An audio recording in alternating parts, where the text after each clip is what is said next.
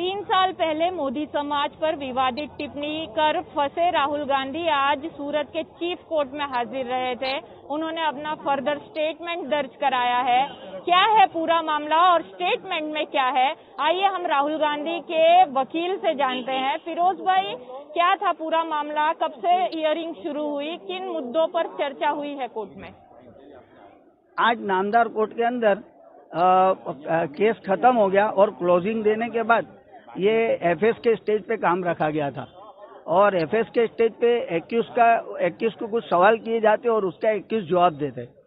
आज फरियाद पक्ष के तरफ से एफएस क्लोजिंग देने के बाद और एफएस के स्टेज पे ज्यादा पुरावे देने के लिए अर्जी देने में आई, वो नामदार कोर्ट ने रिजेक्ट की और राहुल गांधी साहब का एफएस ले लिया और 12-7 तारीख को काम दलीलों पे रखा गया है। ये खास एफएस बहुत मायने रखता है, क्या है एफएस में और कितने मुद्दे थे इस पूरे मामले? एफएस का मतलब ऐसा होता है कि फाइनल स्टेटमेंट, जब एक्यूज को अपना बचाव में क्या कहना है और आगे एक्यूज खुद साक्षी तपासना चाहता है या ज्यादा कुछ कहना चाहता है, वो मुद्दे पे के ऊपर उसको एफएस के अंदर हाँ ना या ऐसे जवाब देने होते और उसको ध्यान में रखते हुए नामदार कोर्ट पूरी कार्यवाही में जजमेंट के टाइम पे वो चीज को पढ़ के जजमेंट देती है। कितने क्वेश्चन थे और क्या कहा राहुल गांधी ने? क्वेश्चन तो बहुत सारे थे, शॉर्ट में इतना है कि राहुल गांधी साहब ने इतना कहा कि भाई उन्होंने किसी का, कोई ज्ञाति का या जाति का किसी का अपमान किया नहीं है। ये एक छोटा सा मुद्दा था जिसको छोटी बात को बड़ी बनाई गई है। बाकी उन्होंने ऐसा कोई गुनाह किया नहीं है। एक विरोध पक्ष की भूमिका निभाते हुए उन्होंने नरेंद्र मोदी साहब की कामगिरी को देख के और प्रजा के हित में नरेंद्र मोदी साहब पे एक सवाल किया था और उसको बड़ी बात बना के भाजपा ने पूरी जगह पे एक ज्ञाति का अपमान हुआ ऐसा एक केस दाखिल करवा दिया। ये कितने पेज का स्टेटमेंट है और आगे की हियरिंग में क्या होगा? क्या राहुल गांधी का आना जरूरी है? 4 पेज का स्टेटमेंट है और आगे की हियरिंग 12/7 को होगी और दोनों पक्ष के वकीलों की दलील होगी और उसके बाद नामदार कोर्ट काम जजमेंट पे लेगी। पहली हियरिंग में भी उन्होंने डिनाई किया था।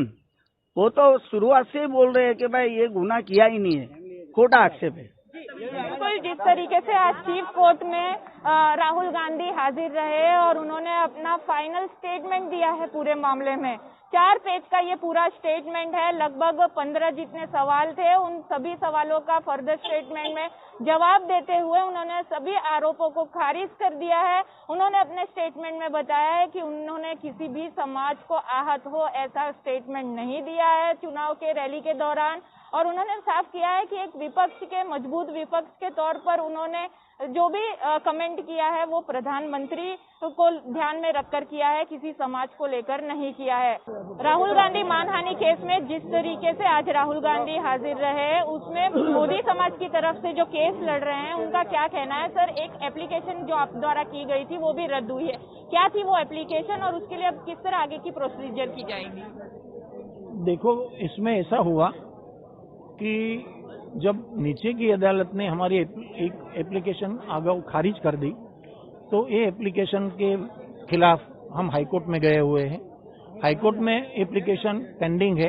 हाईकोर्ट ने बोला कि इश्यू कंसिडरेशन के योग्य है और हमारी एप्लीकेशन वहां एडमिट हो गई है। वहां एडमिट होने के बाद कोविड-19 होने के कारण ये अर्जेंट मैटर नहीं होने से मैटर बोर्ड पर नहीं आती, इसलिए वहां हाईकोर्ट में हियरिंग नहीं होता। वहां 2-4 महीने से हमने प्रयत्न किया लेकिन अभी बोर्ड ऊपर नहीं आई। मीनवाइल ये जज ने सुप्रीम कोर्ट का डायरेक्शन है ऐसा कह के ये मैटर को एक्सपीडिएट किया और राहुल गांधी को बुला के हमारा एविडेंस का जो अधिकार था वो अधिकार उसने रद्द कर दिया कि अब तुम आगे एविडेंस नहीं दे सकते, और उसको बुला के आज उसका फर्दर स्टेटमेंट हुआ। आज इतना ही हुआ है। आगे किस तरीके का आपकी तरफ से पक्ष रखा जाएगा? हाईकोर्ट में अब हम हाईकोर्ट में जो एप्लीकेशन हमने लगवाई है वहाँ आर्गुमेंट करेंगे, वहाँ से कोई डायरेक्शंस लेंगे, स्टे ऑर्डर मिलेंगे और यहाँ नए सिरे से हमारा एविडेंस ओपन करवाएंगे और नए सिरे से हमारा जो बाकी रह गया है एविडेंस वो हम यहाँ। राहुल गांधी ने डिनाई कर दिया है वापस, ये दूसरी बार आपने फाइनल स्टेटमेंट में डिनाई किया है आरोपों को, किस तरह से आप इसे चैलेंज करेंगे? अब ये सब तो लीगल बाबत है, वो हम जब आर्गुमेंट होगी तब मैं मेरा पत्ता खोलूंगा। अब तो आपके पास बोलने का तो कोई कारण नहीं है। ओके जी, जो तैयारी मोदी समाज के वकीलों ने भी की है, जिस तरीके से बात की जाए एविडेंस को लेकर, एक एप्लीकेशन चीफ कोर्ट में की गई थी जिसे रद्द किया गया है। इसी तरह की अर्जी हाई कोर्ट में भी थी। ये पूरी अर्जी की बात की जाए तो जिस तरह जब सभा थी तो इलेक्शन विभाग के जो कैमरामैन थे उन्हें इस पूरे मामले में हाजिर किया जाए, इस प्रकार की अर्जी मोदी समाज की तरफ से की गई थी, जिसे खारिज किया गया है चीफ कोर्ट द्वारा। लेकिन इसी तरह की अर्जी की सुनवाई हाई कोर्ट में होगी तो काफी आशाएं जो है कह सकते हैं मोदी समाज के पक्ष को है। और आने वाले दिनों में किस तरह से स्टेटमेंट है या निर्णय आएगा वो हाई कोर्ट से जानकारी मिलेगी। लेकिन यहाँ पर जिस तरीके से राहुल गांधी ने डिनाई किया है, मना कर दिया है कि उनके कहने का आशय जिस तरीके से बताया जा रहा है जाति की भावनाओं को ठेस पहुंचा है, वैसा नहीं है। सूरत से श्वेता सिंह, ETV भारत। સતત 24 કલાક સમાચાર જોવા માટે ડાઉનલોડ કરો ETV ભારત એપ।